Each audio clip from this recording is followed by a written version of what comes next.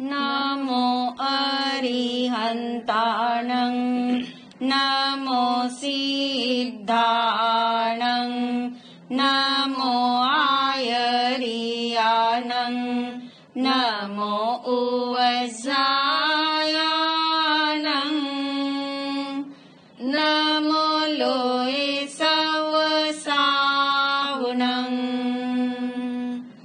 एसो पंच नमोकारो सव पावपनासनो मंगलानं च सवेसिं परमं हवै मंगलम् मंगलानं च सवेसिं परमं हवै मंगलम् निजात्मा को नमो नमो शुद्धात्मा को नमो नमो ध्रुवात्मा को नमो नमो ज्ञानात्मा को नमो नमो सहजात्मा को नमो नमो ज्ञानात्मा को नमो नमो सहजात्मा को नमो नमो आत्मा ही देव है आत्मा ही गुरु है आत्मा ही परम धर्म है आत्मा ही परिपूर्ण है आत्मा ही परम धर्म है आत्मा ही परिपूर्ण है मैं हूँ आत्मा शुद्ध आत्मा को नमन मैं हूँ आत्मा शुद्ध आत्मा की शरण। सभी शुद्ध आत्माओं को अनंत वंदन नमन। अनंत काल के बाद ये अवसर आया अपने को जानने का। मैं शुद्ध आत्मा हूँ ऐसा मानने का, निज स्वरूप को पहचानने का।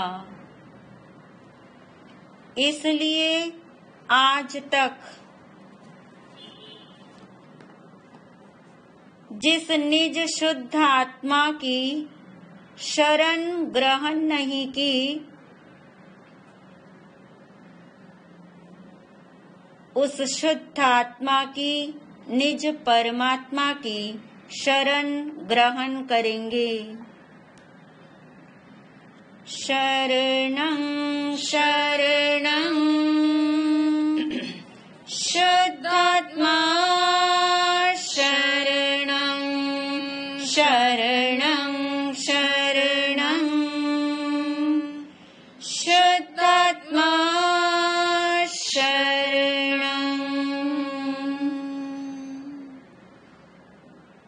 अपने लक्ष्य से कनेक्ट हो जाइए। उद्देश्य के प्रति पूर्ण सजगता,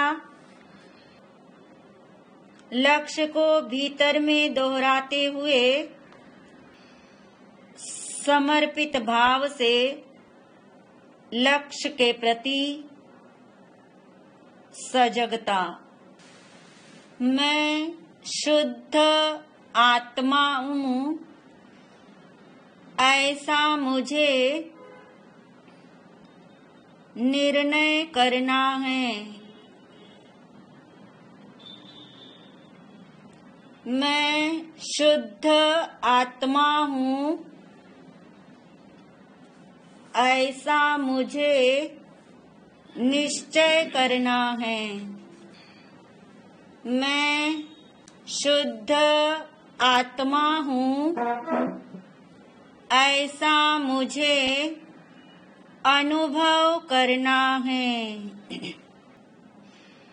बहुत गहराई में लक्ष्य को दोहराते हुए बारंबार उद्देश्य के प्रति सजगता,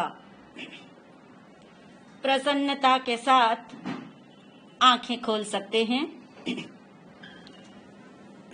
आज का सेशन हम थोड़ा पीछे जाकर एक डुबकी लगा लेते हैं आगे जाने से पहले, और वो डुबकी ऐसी हो इस बार कि जिससे आपके अंदर के रही हुई सारी धारणाओं को क्लियर कराने वाला।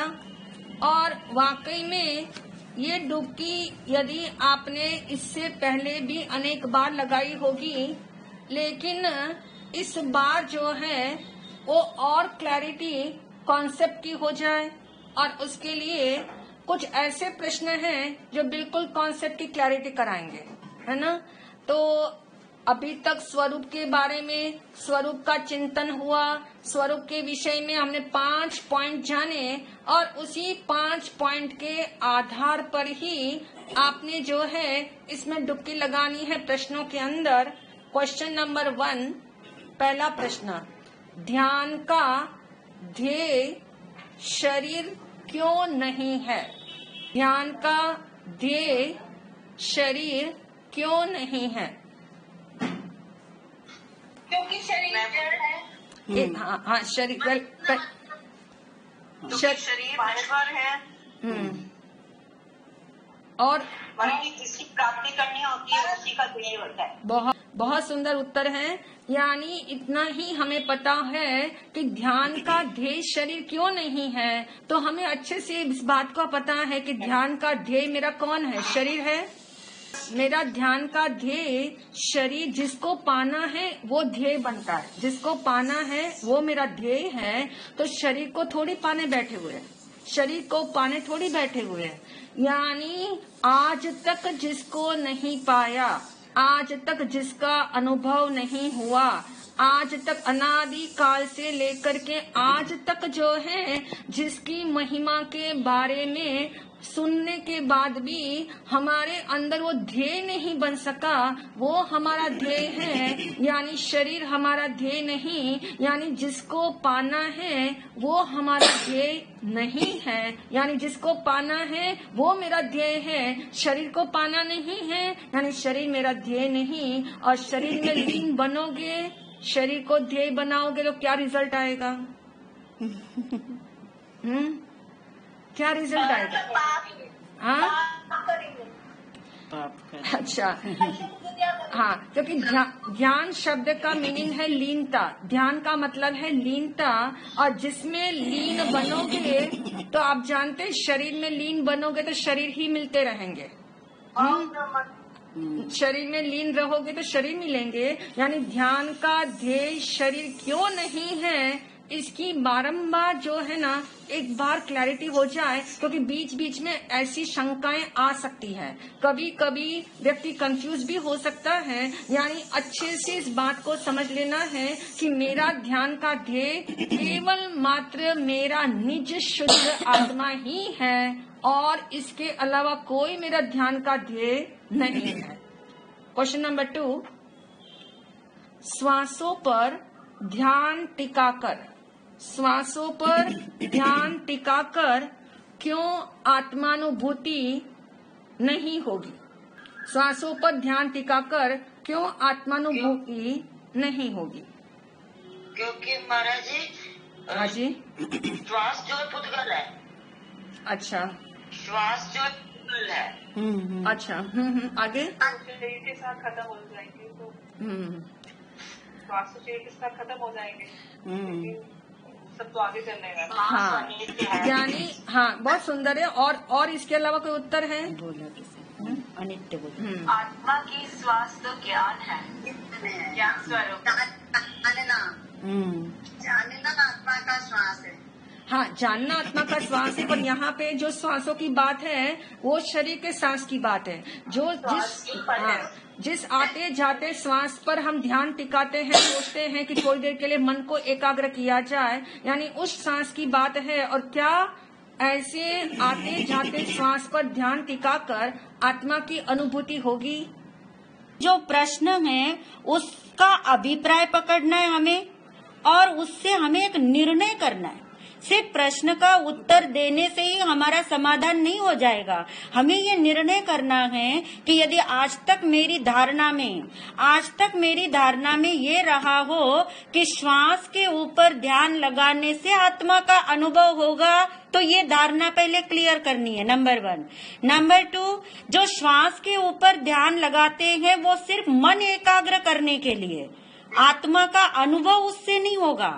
और श्वास जो है, वो एक उत्तर आया था किसी के शब्दों में था कि श्वास अनित्य है, और अनित्य से तो अनित्य का ही अनुभव होगा, अनित्य पे तो स्थिरता आ ही नहीं सकेगी। और इसलिए जो ध्यान का हमारा ध्येय क्या होना चाहिए उसकी क्लैरिटी आपको लेनी है, और अपने जो भ्रम है उस भ्रम बिंदु को गलाना है।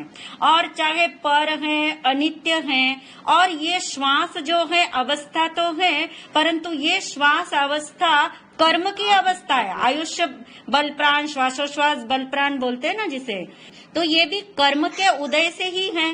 जीवन भी कर्म का उदय है, श्वास भी कर्म का उदय है। तो जिसके उदय के परिणाम पे यदि हम ध्यान लगाएंगे, जो उदय से मिला है उसका यदि हम चिंतन करेंगे, तो बताइए आत्मा का अनुभव तो नहीं हो सकता।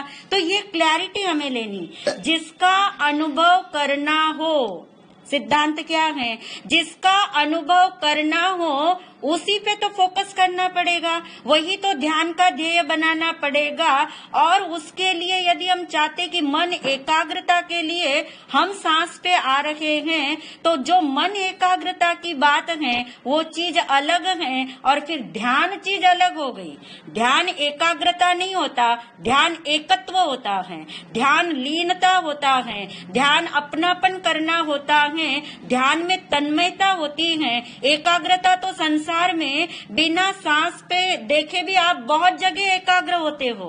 आप मूवी देखने जाते हो, 3 घंटे कहाँ निकल जाते हैं, कौन सा सांस को आप देख रहे हैं।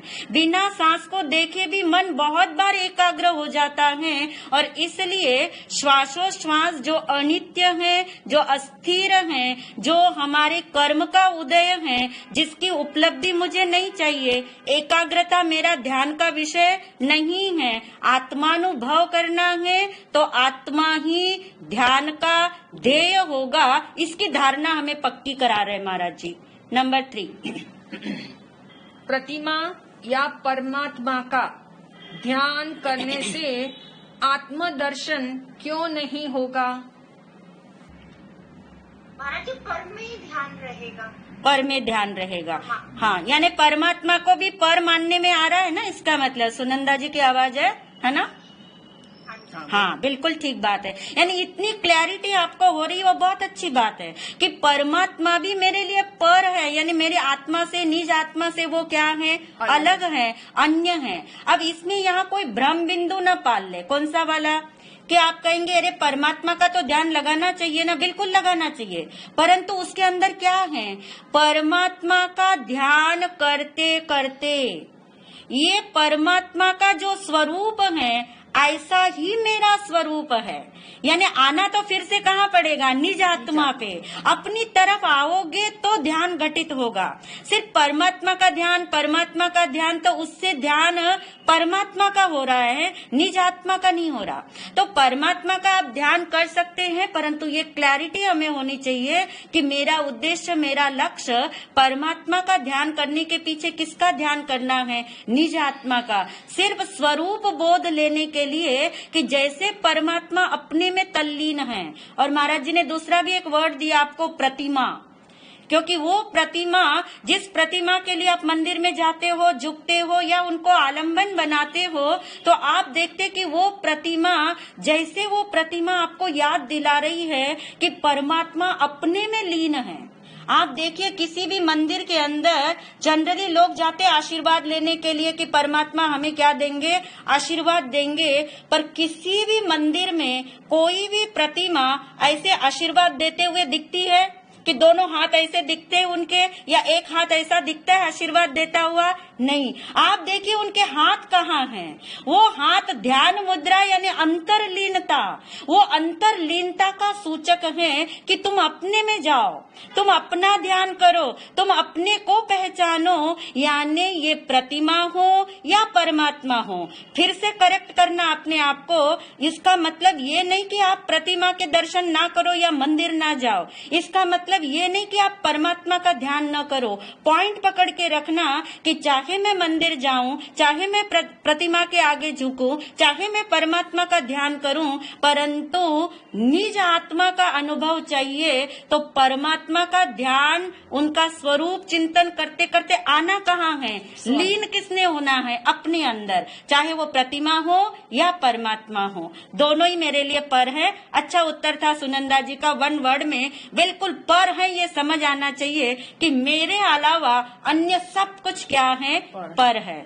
यानी ये क्लियर हो गया कि पर का ध्यान करने से आत्मदर्शन नहीं होता, और आत्मा का ध्यान करने से कि ये आत्मा का ध्यान करने से ही परमात्मा के दर्शन, क्या मैं खुद परमात्मा हूँ, ये मुझे क्या हो जाएगी? प्रतीति हो जाएगी। यानी ये बात हमें समझ आ गई अच्छे से।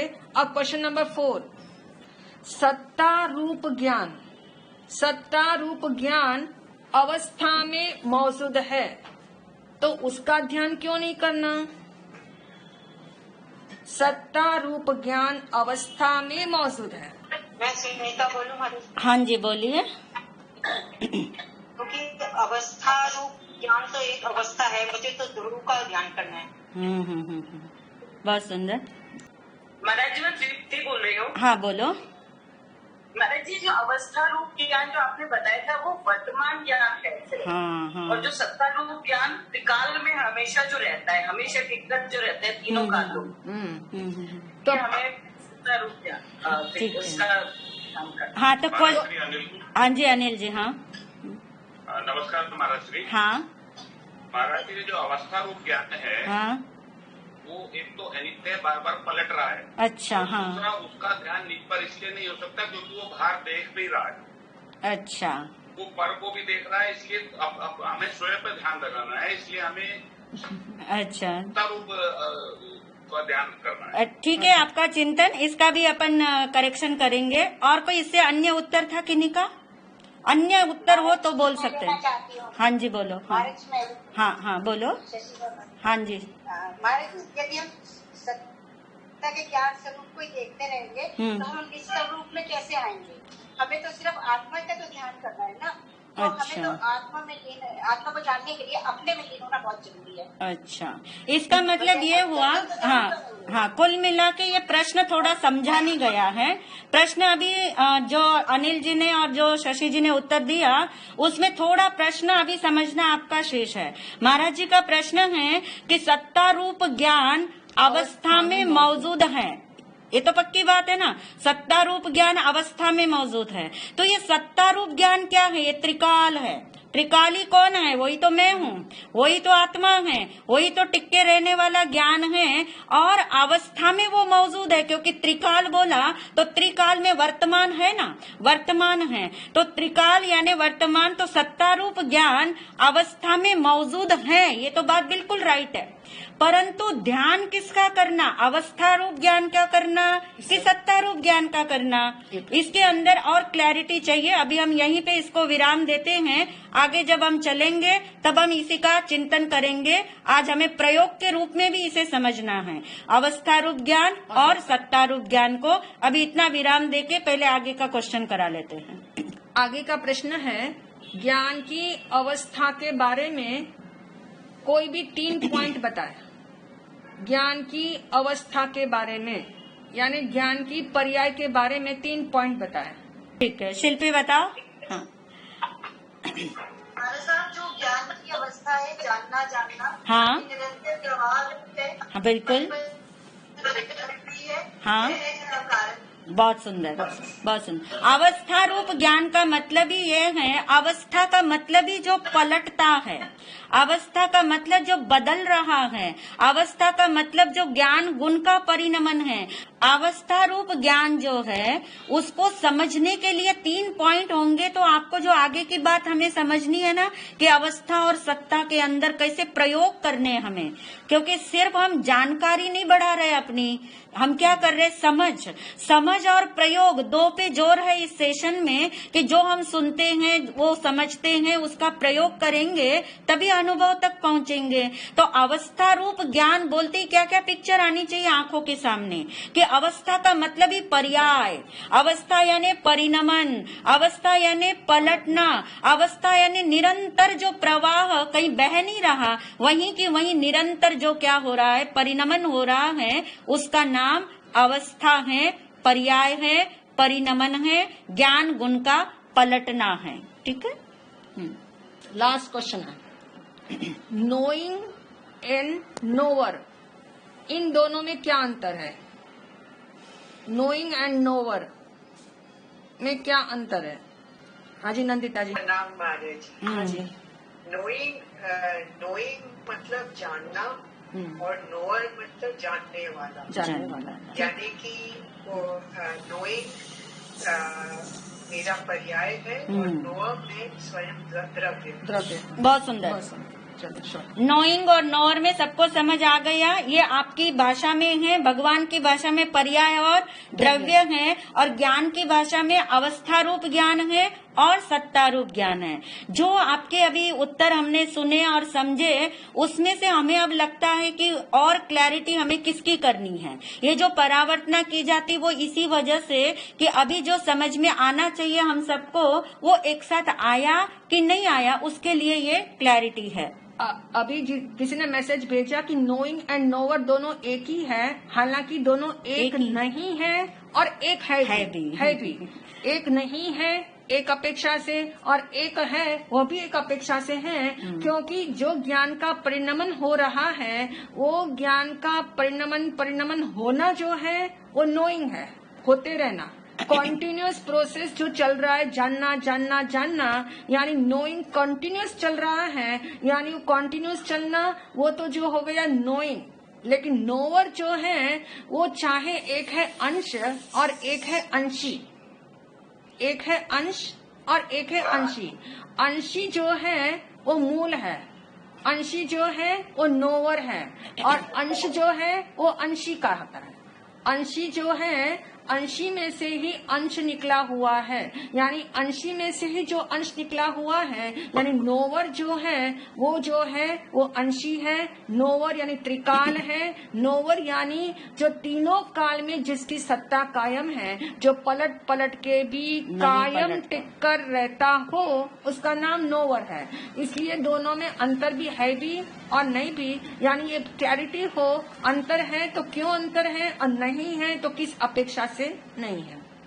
क्वेश्चन आया था कांता जैन जी को एक शंका थी कि जब तक सम्यक दर्शन नहीं होगा तब तक कर्म निजरा नहीं होगी। बिल्कुल सत्य है ये बात फैक्ट सबको समझ में आ ही गया है, और सबको श्रद्धा में भी आ गई ये बात कि जब तक आत्मा को सम्यक दर्शन नहीं होता तब तक कर्म निजरा नहीं होती, तब तक नहीं होती, यानी तब तक जो भी हो रहा है, जब तक सम्यक दर्शन नहीं हुआ तब तक जो भी हो रहा है वो कर्म के उदय अनुसार हो रहा है। ये भी अब समझ में आ गया है, सबको इसकी एक्सेप्टेंस आ गई है। यानी जो जब तक कर्म निजरा नहीं होगी, यानी जब तक सम्यक दर्शन नहीं होगा तब तक जो है सब कुछ कर्म के उदय अनुसार ही होगा। यहाँ तक कि आत्मा के स्वरूप को जानने के लिए भी जो निमित्त मिलते हैं, जो अवसर मिलते हैं, जो अवसर उपस्थित होते हैं, उन अवसरों पे जो प्रयास होते हैं, वे सब कुछ कर्म के उदय से ही होंगे। ये उनका प्रश्न है। क्या ये मान्यता सही है? उनका ये प्रश्न है। क्या ये मान्यता सही है कि जब तक सम्यक दर्शन नहीं होता तब तक सब कुछ कर्म के उदय अनुसार हो रहा है? ठीक है। बिल्कुल ठीक है। आपने इस बात को क्या करना है, एक्सेप्ट करना है। सब कुछ कर्म के उदय अनुसार हो रहा है ना। यानी जीवन इटसेल्फ और जीवन की जितनी गतिविधियां हैं वो सब कुछ कर्म के उदयानुसार हो रहा है। निमित्त मिले, अवसर मिले और अवसरों पे जो प्रयास भी हो वो सब कुछ कर्म के उदयानुसार है। तो आगे उनका प्रश्न है, क्या आकांक्षा और आसक्ति भी कर्म के उदय के अनुसार होगी? आकांक्षा यदि कोई जागी, आकांक्षा कोई भीतर में उठी, तो आकांक्षा और आसक्ति भी कर्म के उदय के अनुसार होगी। या आत्मचिंतन करने से कोई नियंत्रण करना संभव है? आत्मचिंतन करने से कोई नियंत्रण संभव है? ये प्रश्न कांता जी का है।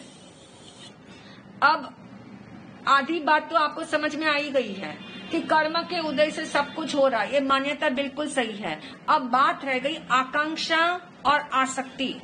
अब ये दो शब्द जो हैं, आकांक्षा यानी इच्छाएं और आसक्ति यानी उस इच्छाओं से चिपक जाना, उन इच्छा की अपूर्ति में भी चिपकना, पूर्ति हो जाने के बाद भी चिपकना, उसका नाम क्या है? आसक्ति।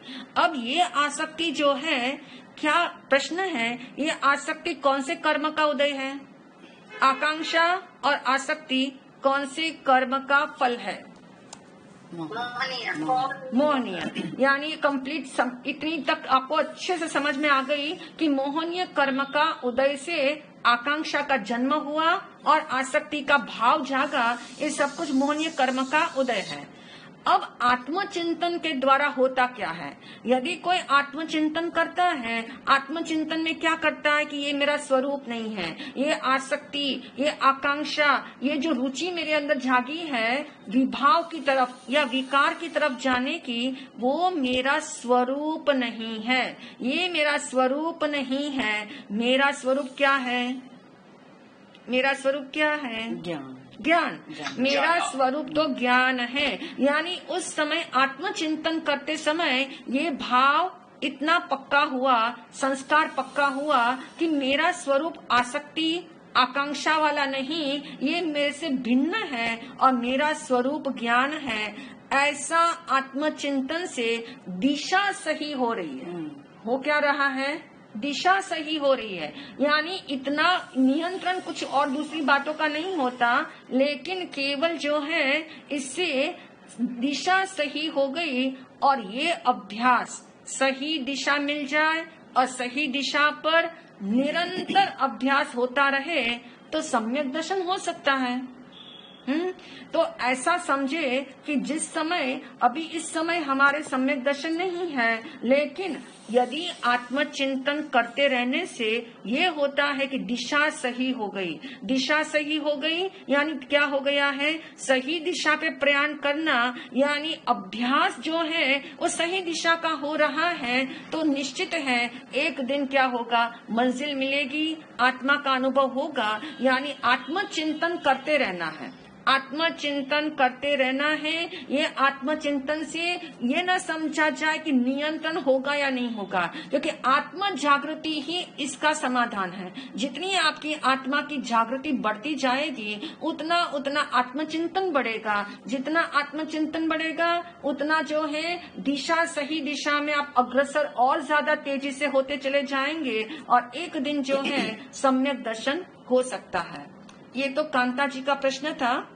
शायद कांता जी को। महाराज जी, इसी प्रश्न में एक डाउट है। आपने इसका सॉल्यूशन तो बताया था कि आत्मचिंतन इसका सॉल्यूशन है, करेक्ट? बट ये जो first part of the question था कि आकांक्षा और आसक्ति ये भी कर्म के उदय के कारण ही है, तो ये तो यस ही है ना महाराज जी? यस, ये मौनीय कर्म के उदय से ये भी सब कर्मोदय है। हाँ, बस ठीक है ना? ठीक है। हाँ जी।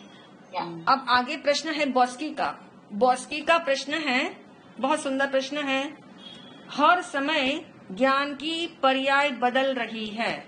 हर समय जो बदल रहा है वो सब जानना नहीं है। उसका पहला प्रश्न ये है, वो सब जानना नहीं है। वो सब क्या है? चलो, यानी वो जानना है तो क्या पर का है? वो जानना है तो क्या पर का है, और इसलिए उस पर दृष्टि नहीं होनी चाहिए। ये 3 प्रश्न एक साथ उसने पूछे हैं, यानी ज्ञान की पर्याय बदल रही है। इस प्रश्न का उत्तर आज के सेशन में, यानी आगे के सेशन से इस बॉस्की को भी अपना उत्तर मिल जाएगा। तो अब हम आगे की ओर चले कि आगे जो है हमें साधना वाला पॉइंट आज सुनना है कि साधना ये प्रयोग कैसे करे, साधना का बल कैसे बढ़ सकता है। तो इनके माध्यम से अपने शंका का समाधान भी आप सबका हो जाएगा।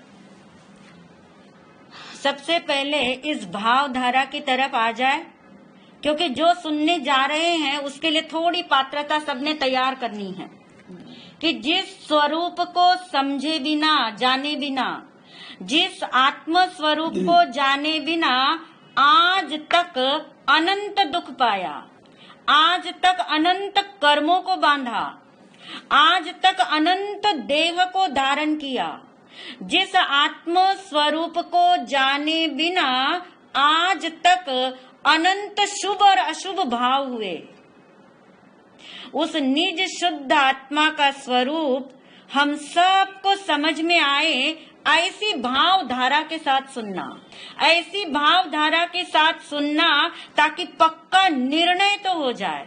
पक्का निर्णय हो गया तो प्रयोग में देरी नहीं लगेगी। पक्का निर्णय ये करना है कि मैं आत्मा हूँ, मैं शुद्ध आत्मा ही हूँ, ज्ञान मेरा स्वरूप है, जानना मेरा कार्य है, मैं जानता हूँ पर जाता नहीं हूँ, मैं जिसे जानता हूँ वो मेरे भीतर में आता नहीं है। ये स्वरूप का चिंतन, ये ज्ञान का चिंतन, ये आत्मा का चिंतन। आज तक अनंत देह को धारण किया, अनंत देह को छोड़ा, अनंत ये देह खंड खंड हो गए पर मैं अखंड रहा। ऐसा मैं अखंड स्वरूपी आत्मा जो जानना रूप भी है और जानने रूप टिककर भी रहता है। ये जो हमारा मूल पॉइंट है, 5वां पॉइंट, अभी 6ठा पॉइंट तो वेटिंग लिस्ट में है। 5वें पॉइंट पे रुके हुए साधना के लिए, और साधना के लिए पहले हमें वो चीज समझ में आए जो हम समझ रहे हैं कि जानना और जानने रूप टिक कर रहना, यानी ज्ञान के ही 2 तरह से हम समझ रहे, ज्ञान को ही, स्वरूप वाले ज्ञान को ही 2 तरह से हम समझ रहे हैं, ताकि हमें समझ आए कि ध्यान का विषय क्या होता है। क्योंकि जब तक विषय की ही क्लैरिटी नहीं तो अनुभव कैसे होगा। अभी यही पता नहीं कि श्रद्धा का श्रद्धेय कौन होता है। श्रद्धा का श्रद्धेय का मतलब श्रद्धा किस पे होनी चाहिए। श्रद्धा यानी अपनापन, श्रद्धा यानी एकत्व, श्रद्धा यानी दृष्टि। और ज्ञान का ज्ञेय क्या होना चाहिए। ज्ञेय का मतलब जो जानने में आए। अभी तक जो जानने में आ रहा है वो तो है ही वो ज्ञेय, परंतु वो कौन सा ज्ञेय है जो ज्ञान में जानने में आए, तो जिसे आत्मा का अनुभव कहते हैं। तो जो हम आत्मा कहते हैं, जो हम ज्ञान कहते हैं, इन सब की क्लैरिटी एक साथ करने के लिए सबसे पहले तैयार हो जाइए। ये पक्का निर्णय कर लीजिए, जो आपको समझ आ गया है ऐसा हम मान लेते हैं। क्या समझ आया है कि जानना जो निरंतर हो रहा है, जो किसी की वजह से नहीं हो रहा। नंबर 1, किसी की वजह से नहीं हो रहा, न कर्मों की वजह से, न आगे कोई वस्तुएं हैं इस वजह से, किसी की वजह से वो नहीं हो रहा। वो जो स्वतंत्र परिणमन, वो जो सहज हो रहा है, जो ज्ञान गुण का पलटना है, उसका नाम ही क्या है, जानना। यानी इसको जानना, उसको जानना, पर को जानना, ये जानना नहीं है। इसको जो हम जानना मानते हैं तो हम अटक जाएंगे साधना के अंदर। जानने का मतलब ज्ञान गुण का पलटना। जैसे आंख का हिलना, आंख की मूवमेंट जैसे हमें समझ आती है, ऐसे ज्ञान की जो मूवमेंट है, ज्ञान का जो हिलना है, ज्ञान का जो पलटना है, प्रतिपल उसका जो परिणमन है, वो जो ज्ञान की अवस्था है, वो जो ज्ञान की पर्याय है, उसका नाम क्या है, जानना। अब एकदम क्लियर हो रही है ये बात सबको? जिन्हें क्लियर हो गई वो पक्का कर ले, जिनको अभी तक ना क्लियर हुई हो तो वो फिर से क्लियर कर ले कि ये जो अवस्था रूप ज्ञान है, ये जो पर्याय रूप ज्ञान है, ये जो पलटने वाला ज्ञान है, शब्द चाहे कोई भी ले लो इसमें से, परंतु अवस्था बोलते ही, अब देखिए और सूक्ष्म हो रहे हम, अवस्था बोलते ही समझ आएगा ज्ञान की वर्तमान अवस्था। अवस्था यानी वर्तमान, ज्ञान की जो वर्तमान अवस्था है, वर्तमान अवस्था का नाम क्या है? जानना। तो अब आप देखिए वर्तमान अवस्था जो है वो प्रकट, प्रकट का मतलब जानने के रूप में हमें समझ आ रही है, वो जानना प्रकट है, ये वर्तमान अवस्था प्रकट है, और इस वर्तमान अवस्था में ही सत्ता छिपी है। अब सत्ता क्या चीज है पहले वो भी एक बार देख लेते हैं, क्योंकि सत्ता रूप ज्ञान, अवस्था रूप ज्ञान सबको अच्छे से समझ आ रहा होगा। अवस्था रूप ज्ञान यानी ज्ञान गुण का पलटना ही है, यानी वो पलटना, वो अवस्था ज्ञान की प्रकट अवस्था, ज्ञान का वर्तमान जो है उसी का नाम अवस्था है। अब जो हमें मूल में जानना है कि ये जो ज्ञान एक जानने के रूप में जो पलट रहा है, और एक ज्ञान जो टिक के रह रहा है, वो कौन सा ज्ञान है जो टिक कर रह रहा है? वो सत्ता रूप ज्ञान। उसको हमने क्या नाम दिया था? सत्ता रूप ज्ञान। वो नित्य है। सत्ता को क्या बोलते? एग्जिस्टेंस। सत्ता यानी नित्य, सत्ता यानी शाश्वत, सत्ता यानी टिक कर रहने वाला, और सत्ता का मतलब जो जैसा है वैसा ध्रुव जिसे हम कहते हैं, जो ध्रुव रहता है, जो स्थिर रहता है, जो शाश्वत रहता है, जो नित्य रहता है, वो टिक कर रहता है। वो जानता है, जानता है, जानता है, फिर भी जानने रूप टिक कर रहता है। फिर से आंख को ले आओ, जहां कहीं आपको कंफ्यूजन हो तो उदाहरण ले लो साथ में कि आंख जो है वो हिलती भी है, मूवमेंट कर रही है, मूवमेंट कर रही है, आगे पीछे ऊपर नीचे दाएं बाएं, फिर भी आंख तो आंख ही है ना। जो वो दाएं तरफ जा रही है तो भी आंख बदल के नाक तो नहीं हो जाता, आंख तो आंख ही है। वो दाएं से बाएं आ गई यानी अवस्था पलट गई। वर्तमान अवस्था दाएं रूप थी, फिर वर्तमान अवस्था फिर बाएं की तरफ आ गई, दायां रूप खत्म हो गया, फिर भी आंख तो क्या रही? आंख ही रही, आंख देखने रूप ही टिक के रही। ऐसे ही ज्ञान का जो परिणमन है वो अवस्था है, और ज्ञान का जो टिक कर रहना है उसका नाम क्या है? सत्ता। तो सत्ता जो है वो ध्रुव है।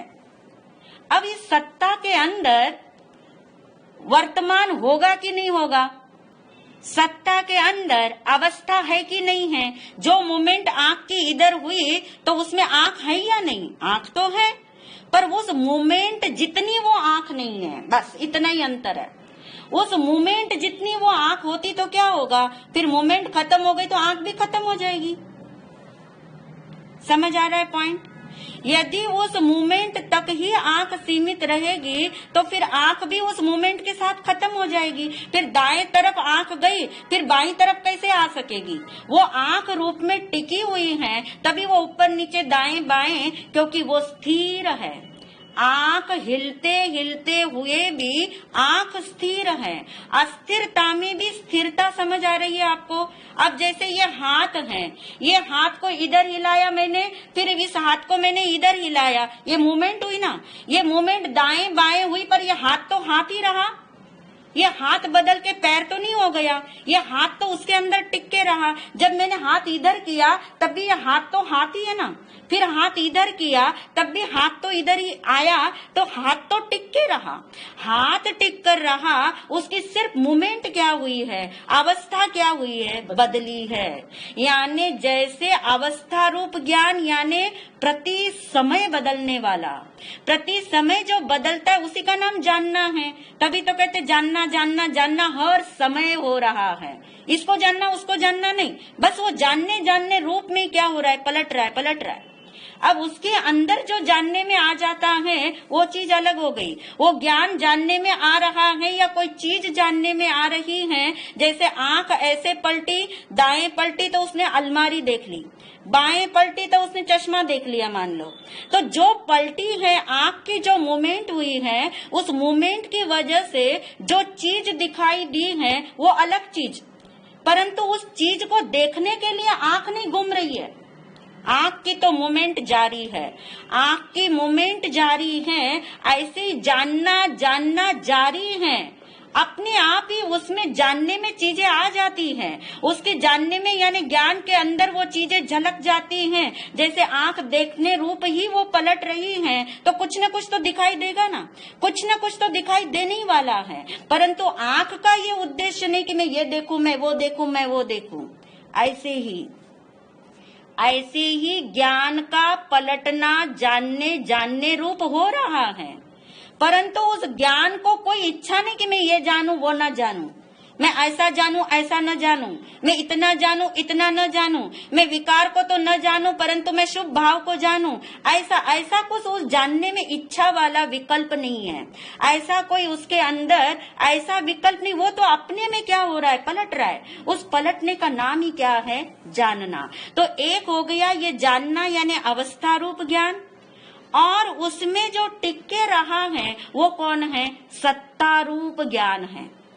अब जो ध्यान का विषय बनाना है आत्मा को, मुझे आत्मा का अनुभव करना है, तो अब ये जो स्वरूप मैंने जाना कि एक अवस्था रूप भी है, एक सत्ता रूप भी है, तो मुझे ध्यान का ध्येय किसे बनाना होगा, जो स्थिर है, जो ध्रुव है, जो नित्य है, जो टिक कर रह रहा है, जानने रूप टिक कर रह रहा है, वो मेरे ध्यान का विषय बने।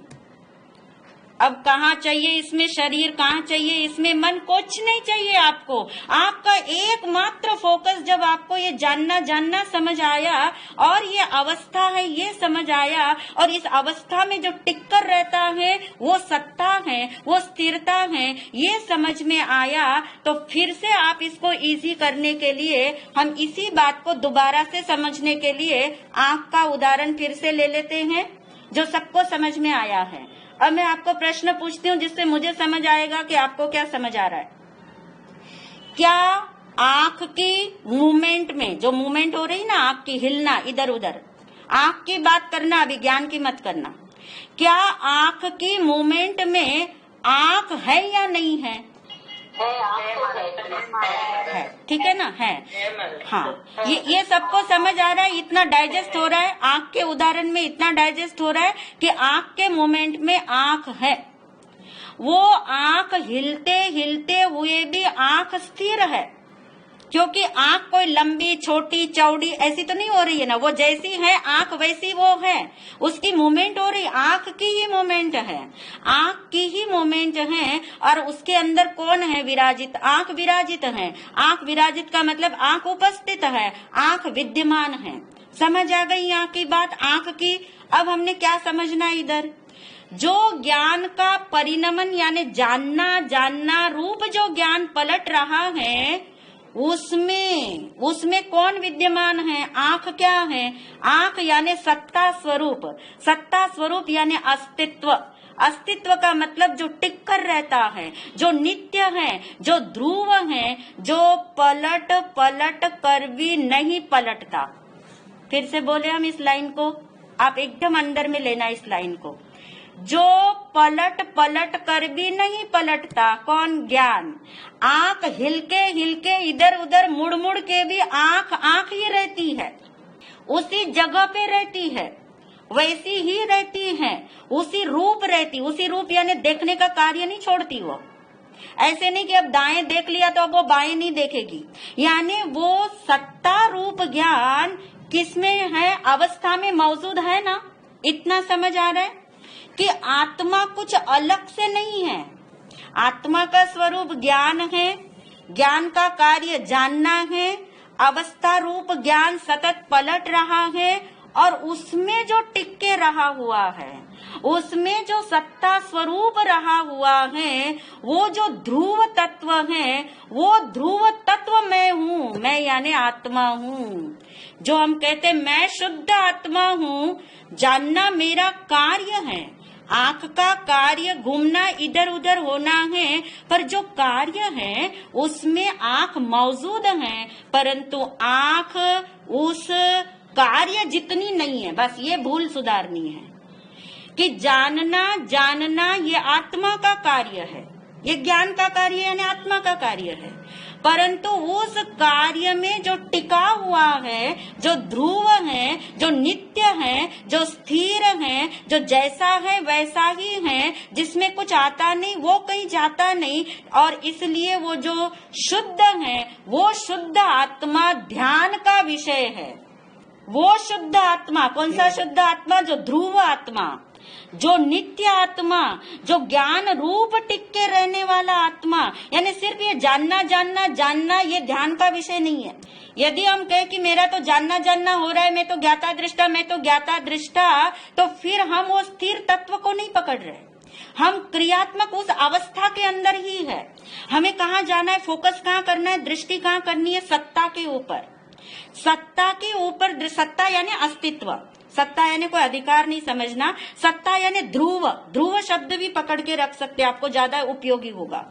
जो ध्रुव रूप ज्ञान है, जो टिके रहा हुआ ज्ञान है, वही मैं हूँ। ये मेरा कार्य है, जानना जानना मेरा कार्य है। परंतु मैं जानने जानने जितना ही नहीं हूँ, मैं इस वर्तमान अवस्था जितना नहीं हूँ, मैं त्रिकाल हूँ। तभी तो कहते हैं ना, आत्मा अजर है, आत्मा अमर है।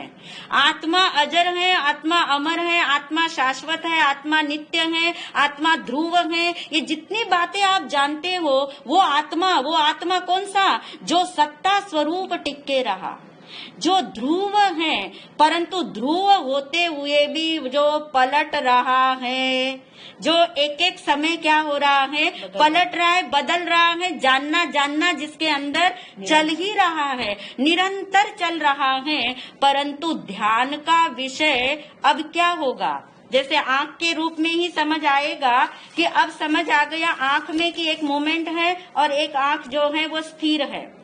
अब आप देखिए, मुझे मान लीजिए, मैं आपको प्रश्न देती हूँ चिंतन के लिए कि मुझे सिर्फ आंख को ही देखना है, तो कैसे देखूं? देखने का मतलब जानना है, मान लीजिए, यानी आंख को ही मुझे देखना है, आंख पे ही दृष्टि रखनी। दृष्टि का मतलब यहाँ पे देखना मत समझना, दृष्टि का मतलब देखना नहीं है यहाँ। दृष्टि का मतलब है अपनापन करना, दृष्टि का मतलब उस पे एकत्व करना, दृष्टि का मतलब वही मैं हूँ ऐसा मानना। तो जो आंख को मुझे, आंख के साथ मुझे अपनापन करना है, तो आप देखिए मुझे क्या करना पड़ेगा। 10 सेकंड चिंतन करिए आप भी कि सिर्फ मुझे आंख के साथ ही अपनत्व करना है, मुझे सिर्फ आंख के साथ ही अपनत्व करना है। इसका मतलब ये हुआ ना कि जो आंख हिल रही है इधर उधर, वो मुझे नहीं जानने में आए। जानने में आने का मतलब उस पे मेरा अपनत्व न जाए, फोकस न जाए। ये तो हो गई नंबर 1 बात। नंबर 2 बात क्या आएगी? आंख जो देख रही है, आंख आपको देख रही है इस समय, मेरी आंख, आपकी आंख मान लीजिए मुझे देख रही है। जब मैं सोचूं कि मुझे अपनी आंख से अपनत्व करना है, तो जो ये आंख आप लोगों को देख रही उसमें मेरा अपनत्व हो जाएगा, तो निश्चित बात है मेरी आंख से मेरा अपनत्व नहीं होगा। ठीक हो गया? यानी नंबर 1 पे ये आया कि आंख जो देख रही है उसमें रुचि लूंगी तो मैं अपनी आंख के साथ अपनापन नहीं कर पाऊंगी, क्योंकि मेरा अपनापन आपकी तरफ जाएगा, आपकी तरफ मेरा फोकस जाएगा। पर मुझे मेरी आंख की तरफ फोकस करना है, तो नंबर 1 मुझे आप लोगों को गौण करना पड़ेगा। आप लोग हो, आपकी सत्ता है, आप सुन रहे हैं, आंख का संपर्क आपके साथ हो रहा है मेरा, फिर भी मेरा अपनापन आपके साथ नहीं। मेरा अपनापन कहाँ हो? आंख के साथ करना है तो मैं आपको गौण कर दूंगी, आप में रुचि नहीं लूंगी। समझ आ रहा है पॉइंट? और ये आंख का जो हिलना है, मान लीजिए मैंने आंख में अपनापन किया, पर इस हिलने में मैंने आनंद लेना शुरू कर दिया कि हाँ अभी आंख इधर हिली, फिर आंख ऊपर गई, फिर आंख नीचे आई, फिर आंख बंद हो गई। मान लीजिए जो आंख की अवस्था है, जो आंख की अवस्था है, यदि मैंने उसमें इंटरेस्ट लेना शुरू कर दिया, उसमें अपनापन करना शुरू कर दिया, तब भी मेरा अपनापन आंख में नहीं हो पाएगा। पॉइंट पकड़ के रखना, ताकि बहुत जल्दी समझ आएगा ध्यान का विषय क्या है, आत्मचिंतन का विषय क्या है, आत्मा का अनुभव होता कैसे है। ये समझने के लिए इस बात पे इतना जोर है, इसलिए इतना समझा रहे इस बात को, ताकि सबको ये बात पकड़ में आए, सबको सबको ये बात समझ में आए कि यदि जैसे आंख के लिए दो बातें समझ आ गई कि मुझे आंख को ही देखना है, आंख में अपनापन करना है, तो नंबर 1 जो आंख देख रही है उसकी रुचि छूटनी चाहिए। नंबर 2 जो आंख का हिलने वाली मोमेंट है उसमें मेरा आनंद लेना छूटना चाहिए। फिर मुझे सिर्फ आंख आंख आंख आंख ही दिखेगी। ये बात समझ आ रही है आंख के बारे में? आंख के बारे में थोड़ा समझ आ रहा है सबको? चलिए बताइए, अब इसको मुझे घटा के बताइए ज्ञान के लिए। यदि स्वरूप के लिए कि मुझे ध्रुव पे ही दृष्टि रखनी है, ध्रुव आत्मा ही मेरे ध्यान का ध्येय बने, ध्रुव आत्मा ही मेरे लिए श्रद्धा का श्रद्धेय बने, तो क्या करना होगा? मतलब ज्ञान को, जो पर को जान रहा है उसे जानना होगा, उसको जानना होगा। पर को जो जान रहा है उसको क्या करना पड़ेगा? जानना होगा, जानना होगा।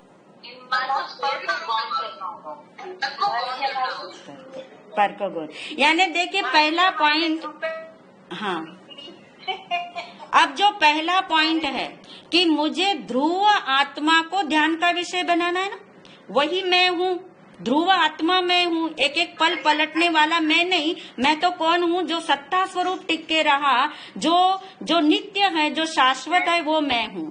और उसका मुझे ध्यान करना है, ध्यान का विषय बनाना, यानी उसका मुझे ध्यान करना है। ध्यान से पहले उसको आत्मचिंतन में लाना है, और आत्मचिंतन से पहले उसे शब्दों से तो समझ आए, उसका बुद्धि में तो निर्णय हो, बुद्धि में निर्णय होगा, शब्दों से समझ आएगा, एक दिन आत्मचिंतन होगा। और वो आत्मचिंतन यदि मुझे ध्रुव पे नजर रखनी है, ध्रुव को ही मुझे अपनापन करना है ध्रुव आत्मा के साथ, तो सबसे पहला पॉइंट कि जो जानने में आ रहा है, जो जानने में आ रहा है, जो जानने में आ रहा है, जो जान रहा है वो नहीं, जो जानने में आ रहा है। मान लीजिए कि इस समय ये शरीर जानने में आ रहा है, इस समय आप जानने में आ रहे हो, इस समय आपको शब्द जानने में आ रहे हैं, तो जो जानने में आ रहा है यदि मैं उसको ही जानती रहूं तो ध्रुव आत्मा में मेरा ध्यान टिकेगा? ध्रुव आत्मा की तरफ मेरा अपनापन होगा? नहीं, मुझे तो आप में रस आएगा, मुझे शब्दों में रस आ जाएगा, मुझे रुचि कहाँ चली जाएगी? जो जानने में आ रहा है। इसलिए सबसे पहला पॉइंट ये है कि जो जानने में आ रहा है वो सब अनित्य है, वो मेरा स्वरूप नहीं है, वो सब असार है, वो सब कर्म का उदय है। ऐसा जानकर उन्हें गौण करना। अनित्य की इम्पोर्टेंस इसीलिए है, असारता की इम्पोर्टेंस इसीलिए है कि जो जानने में आ रहा है वो मैं तो हूं ही नहीं, परंतु वो सब क्या है? असार है, वो सब अनित्य है, वो मेरा स्वरूप नहीं है। ये तब होगा जब गौण हो जाएगी वो चीज। नहीं तो सारा टाइम तो शरीर जानने में आ रहा है, सारा टाइम वस्तुएं जानने में आ रही हैं, तो जो जानने में आ रहा है उसी को जानते रहेंगे तो निश्चित बात है ध्रुव आत्मा की तरफ तो आ ही नहीं पाएंगे। पकड़ आया पॉइंट थोड़ा बहुत? अब मान लीजिए जानना जो अवस्था है, जानना जो अवस्था है, यदि उसमें मैं रस लेने लग जाऊं कि एक एक पल ये ज्ञान पलट रहा है, नया एक एक ज्ञान, एक एक वर्तमान समय की पर्याय आती जा रही, जानना ये जो हो रहा है उसमें यदि रस आ गया तो अवस्था में रस आ जाएगा ना, वर्तमान में रस आ गया तो वो ध्रुव आत्मा पकड़ में आने वाला नहीं है, वो ध्यान का विषय बन सकने वाला नहीं है। यानी यदि मुझे ध्रुव आत्मा पर दृष्टि डालनी है, ध्रुव आत्मा के साथ आत्मा अपनापन करना है कि ये मैं हूँ, जो जानने में आ रहा वो मैं नहीं हूँ, ये जो जानना हो रहा है सिर्फ उतना मैं नहीं हूँ, मैं त्रिकाल हूँ, मैं नित्य हूँ, मैं शाश्वत हूँ। ऐसा यदि मुझे अपनापन उसमें करना है तो इन दो चीजों को गौण करना पड़ेगा। इन दो चीजों को, कौन सी दो चीजें हुई? एक जो जानने में आ रहा है उसको गौण कैसे करेंगे? उसको नष्ट नहीं करना, नष्ट तो कर ही नहीं सकते, किसी की सत्ता को तो आप हटा ही नहीं सकते। जो जानने में आ रहा है उसकी भी तो सत्ता तो है, यदि आप मेरे जानने में आ रहे, मैं आपके जानने में आ रही हूँ इस रूप में अभी, तो वो भी उसकी सत्ता तो है, अस्तित्व तो है। सिर्फ उसको गौण करने के लिए क्या करना है कि ये मेरा स्वरूप नहीं है, ये अनित्य है, ये कर्म के उदय से दिख रहा है, कर्म के उदय के बाद ये चला जाएगा, ये आता जाता, ये मेरा स्वरूप नहीं है। तो आपने वहां उसको गौण किया, और फिर ये जो जिसमें जानने में आ रहा है एक एक समय की पर्याय, यानी इस जानना में, वो उसमें भी रस नहीं लेना, जानना में रस नहीं लेना। तो जो त्रिकाल टिक कर रहा वो मैं हूँ, जो त्रिकाल टिक करके रहा, जो जानने रूप टिक करके रहा वो मैं हूँ। ऐसा भीतर में दृष्टि का विषय कौन बने? वो ध्रुव आत्मा। ध्रुव आत्मा समझ आ रही है? नित्य आत्मा क्या होती वो समझ आ रही है? यानी अपने आप ही इस ध्रुव आत्मा की तरफ जितनी बार हमारा फोकस जाएगा, अपने आप ही ये दोनों चीजें क्या हो जाने वाली है? गौण हो जाने वाली हैं। और फिर आपको लगेगा कि इससे क्या होगा, इससे क्या होगा। मान लीजिए ऐसा आपको हो भी गया, आपने ध्रुव आत्मा की तरफ बार बार फोकस किया, है ना, आपने नित्यता की तरफ बार बार फोकस किया, बारंबार ये प्रोसेस किया कि ये मैं हूँ, जो जानने में आ रहा वो तो मैं नहीं हूँ, ये जो जानना है इतना पर्यंत मैं नहीं हूँ, इतना ही मैं नहीं हूँ, मैं तो त्रिकाल हूँ, मैं तो नित्य हूँ, मैं तो ध्रुव हूँ। तो इससे क्या होगा? तो इससे इतनी बड़ी चीज होने वाली है जिसके लिए ये सारे सेशन चल रहे, वो होने वाला है, इसीलिए इतना जोर है इसके ऊपर। इससे वो होगा ऐसा आत्मचिंतन करते करते करते एक दिन ये आत्मचिंतन ही आत्म अनुभव में बदल जाएगा, ऑटोमेटिक। वो सहज है, वो सहज है। और इसमें सूक्ष्म एक रहस्य की बात है। रहस्य की बात ये है कि जब भी, ध्यान से सुन लेना, जब भी जिसको आत्मा का अनुभव होगा, या जब भी जिनको आत्मा का अनुभव हुआ है, जब भी आत्मा का अनुभव हुआ है या होगा, तो याद रखिए उस एक ध्रुव आत्मा का अनुभव होता है, उस शाश्वत आत्मा का, नित्य का, ध्रुव का, जो टिक कर रहती है, उसका अनुभव होता है। यानी एक अभेद अखंड नित्य शाश्वत आत्मा का अनुभव होता है। तो जिसका मुझे अनुभव करना है उसी का तो मैं चिंतन करूं, उसी को तो मैं समझूं, उसी का तो मैं बारंबार क्या करूं, उस पे फोकस लगाऊं। इसलिए ये बहुत मूल्यवान पॉइंट है। ध्यान का ध्येय क्या चीज है? वो ध्रुव आत्मा है जो टिक कर रहा, और बारंबार बारंबार ये स्मरण में आना चाहिए। अगर समझ आ गया होगा तो ये रिमाइंडर आता जाएगा आपको कि मैं कौन हूँ, मैं कहाँ हूँ, आदि रिमाइंडर आता जाएगा। और फिर बारंबार आपको ध्यान लगाने नहीं पड़ेंगे, आपका ध्यान होता चला जाएगा। आपको खाते हुए भी याद रहेगा मैं ध्रुव आत्मा हूँ। ये जो खाने की क्रिया जानने में आ रही है ये मैं नहीं हूँ, क्योंकि जो जानने में आ रहा है वो मैं नहीं हूँ। ये जो खाने की क्रिया हो रही है, इसे जो एक एक समय की अवस्था, ज्ञान की अवस्था जो जान रही है, उतना पर्यंत मैं नहीं हूँ। मैं तो ध्रुव टिक कर रहने वाला नित्य शाश्वत आत्मा हूँ। यानी हर क्रिया में, हर भाव के अंदर जब आपको ये ध्रुव आत्मा का फोकस समझ में आ जाएगा, ये आपके ध्यान का विषय बनेगा। तब हमने कहा था 24/7 आप ध्यान के विषय में रमन कर सकते हैं। यानी उसके लिए आपको सिर्फ समझ आना चाहिए। क्या समझ आना चाहिए? कि मैं कौन हूँ? मैं वो हूँ जो टिक कर रहता है, जो जानने रूप टिक कर रहता है, वो मेरा स्वरूप है, बाकी कुछ भी मेरा स्वरूप नहीं। तो जब भी आप मैं आत्मा हूँ बोलोगे, मैं शुद्ध आत्मा हूँ बोलोगे, अब आपको पिक्चर वही आएगी जो टिक के रहा, जो ध्रुव है, जो नित्य है, जो मोमेंट के जितना ही वो नहीं है, और जो जानने में आ रहा वो तो मैं हूं ही नहीं, वो तो पक्का ही हो गया। जो आंख देख रही है जैसे, तो वो तो आंख में आया ही नहीं है, वो तो मैं हूं ही नहीं। जो जानने में आ रहा वो तो अनित्य है, वो तो असार है। मात्र काम अंदर में करना है आपको कि ये जो जानना प्रतिपल ये वर्तमान अवस्था है। इस वर्तमान में ही देखिए रहस्य कैसा छुपा है। इस वर्तमान में ही त्रिकाली टिका है। इस वर्तमान में ही सत्ता टिकी हुई है।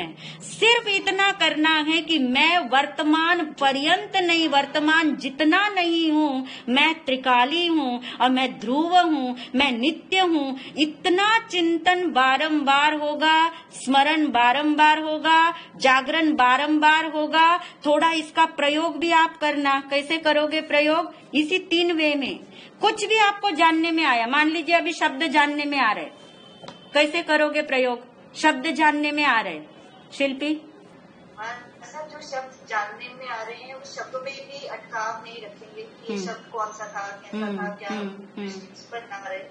फिर ये जो समय जानना हो रहा है कि अभी शब्द जानने में आ रहे हैं, अभी कुछ और जानने में आ रहा है, ये जो जानना हो रहा है इसमें भी आनंद ना लेने लग जाऊं कि ये तरह की समय हो रहा है। और हर समय जागृति में हर समय अपना तो ये रहे कि ये मेरा स्वरूप नहीं, मेरा स्वरूप क्या, मैं शुद्ध आत्मा हूँ, मैं कहाँ हूँ, मैं शुद्ध हूँ, अखंड हूँ, अभेद हूँ। यानी ये हुआ कि जैसे वर्तमान का प्रयोग आपने कैसे पकड़ना। जैसे आप शब्द सुन रहे, अभी शब्द सुनने की क्रिया हो रही ना, इस क्रिया में आप प्रयोग कैसे करोगे तो ध्यान के विषय की तरफ कैसे जा पाओगे। तो प्रयोग क्या है यहाँ पे कि ये जो शब्द जानने में आ रहे हैं ये भी अनित्य है, ये भी कर्म का उदय काल है, ये भी टिकने वाले नहीं हैं। इसलिए ये शब्द भी मेरा स्वरूप नहीं है। तो वहां से हटना, उन शब्दों से हटेंगे, वरना शब्दों में रस आ जाएगा तो इसी में उलझे रहेंगे। स्वरूप की तरफ जाना है तो जो जानने में आ रहा है वो मैं नहीं हूँ, ये पक्का करना। जो जानने में आ रहा है वो अनित्य ही है, वो मेरे लिए स्वरूप नहीं हो सकता, ये पक्का करना, नंबर 1। फिर वहां से आप हटे, फिर आप अपनी तरफ आए। अपनी तरफ आए कि ये जाना किसने, ये एक एक समय की पर्याय जान रही है कि ये शब्द सुनने का, ये जो शब्द जानने में आ रहा है वो एक एक समय की पर्याय जान रही है। उतना पर्यंत मैं नहीं हूँ, मात्र उतना मैं नहीं हूँ। तो वो जानना की उस अवस्था से, उस अस्थिरता से भी हटेंगे और सीधा कहाँ आएंगे, ध्रुव की तरफ। और ध्रुव की तरफ आते ही थोड़ा टिक जाना कि ये मैं हूँ, ये मेरा स्वरूप है। ये ज्ञान जो हम बोल रहे स्वरूप मेरा, ज्ञान मेरा स्वरूप है, तो ये सत्ता स्वरूप ज्ञान मेरा स्वरूप है, ये नित्य ज्ञान मेरा स्वरूप है। मैं नित्य ज्ञान जानने रूप ही मैं टिक कर रहता हूँ। ऐसा पक्का अंदर में निर्णय करते चले जाइए। कोई घबराने की जरूरत नहीं है। प्रयोग नहीं करना आएगा तो कोई बात नहीं है, पहले हमें समझना आ जाए कि ये क्या चीज है वाकई में, ये कितना रहस्य है वाकई में, कैसा ऐसा मैं ध्रुव आत्मा हूँ, ये इतना समझने की भी आप कोशिश कर लेंगे। और अभी भी क्योंकि पहली बार ही ये समझाया है, बहुतों को नहीं भी समझ आया हो तो कोई बात नहीं, हमें आगे जाने की कोई जल्दी नहीं। जिन्हें समझ आया हो वो थोड़ा प्रयोग करके देखे, परंतु बिना समझे प्रयोग ना करे, क्योंकि फिर हमारे प्रयोग ही गलत हो जाएंगे तो गलत चीज ही ना पकड़ में आ जाए। फिर से इसे समझने का प्रयास करेंगे। ये रिकॉर्डिंग फिर से आप सुन लेना, नहीं भी समझ आए, जहाँ जहाँ जो वाक्य या जो चीज आपको निर्णय बुद्धि से नहीं हो पा रहा, बुद्धि मानने को तैयार ना हो जिस चीज के लिए, फिर से आप इसके क्वेश्चन लिख के भेज सकते हो। परंतु हम सबने इसे समझना है, क्योंकि ये समझ ही, प्रयोग ही, चिंतन ही, जागरण ही एक दिन हमें अनुभव कराएगा। क्योंकि अनुभव एक आत्मा का होना है, ध्रुव आत्मा का होना है, अखंड आत्मा का होना है, तो उसी के ऊपर हमारा बारंबार फोकस जाएगा, चिंतन जाएगा, ध्यान का विषय ये बनेगा। तो सबको आत्मा का अनुभव प्रकट ही है, सबको समझ में अवश्य आएगा। इन्हीं भावों के साथ समापन की ओर। मंगलम मंगलम शुद्धात्मा मंगलम मंगलम मंगलम शुद्धात्मा